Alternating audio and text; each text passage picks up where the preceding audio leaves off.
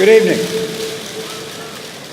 I'm General George Casey, and as you heard earlier, I was the U.S. commander in Iraq from 2004 to 2007. And so I have some firsthand experience dealing with the forces of the Iranian regime. And I've been asked to share those experiences with you tonight because as I've been reading the press back in the United States, I hear people starting to say that because the situation in Iraq has gotten so bad that we might have common interests with the regime in Iran. I am here to tell you, from my personal experience, that is not the case today, and it certainly was not the case when I was in Iraq from 2004 to 2007.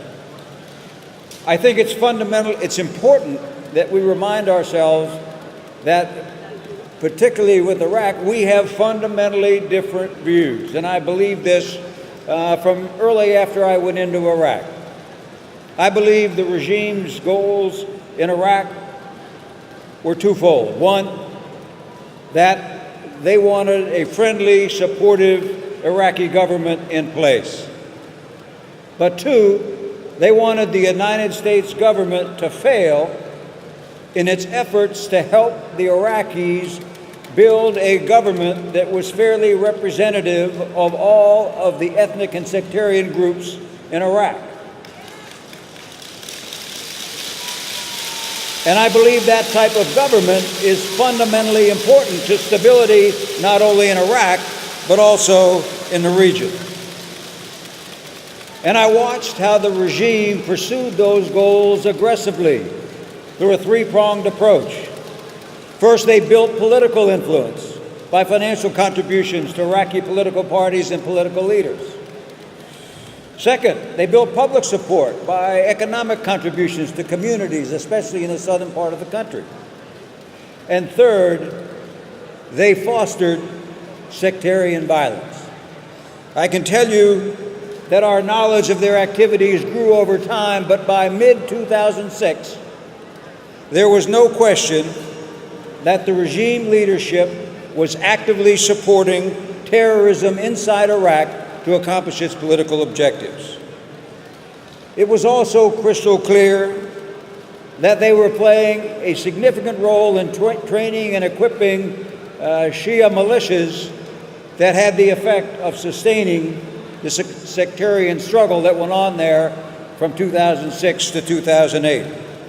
And lastly, because of that role, they are directly responsible for the deaths of hundreds of coalition forces and thousands of Iraqis.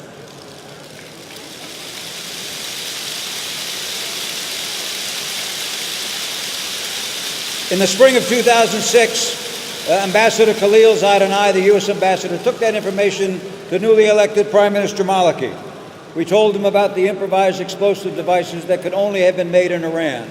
We showed him pictures of modern Iranian weapons that we had found in Shia militia caches. We told him about the training camps inside Iran, and we told him about the Quds Force presence in Iraq. At the end of the briefing, he looked at both of us and said, "They are conducting terrorism in my country."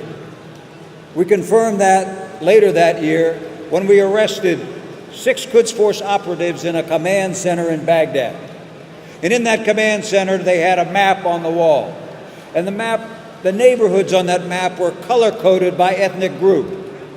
And there were large arrows on the map showing the planned forced displacement of people from those neighborhoods. We were never more certain that the Prime Minister was absolutely right. I can tell you that given that experience, the Iranian regime will be destabilizing the region for some time to come. And that Iranian regime is not just a challenge for the people of Iran, for the people of Iraq, or for the region. It's a challenge for the international community. And there can only be one conclusion, and you've heard it many, many times already today: that regime must go.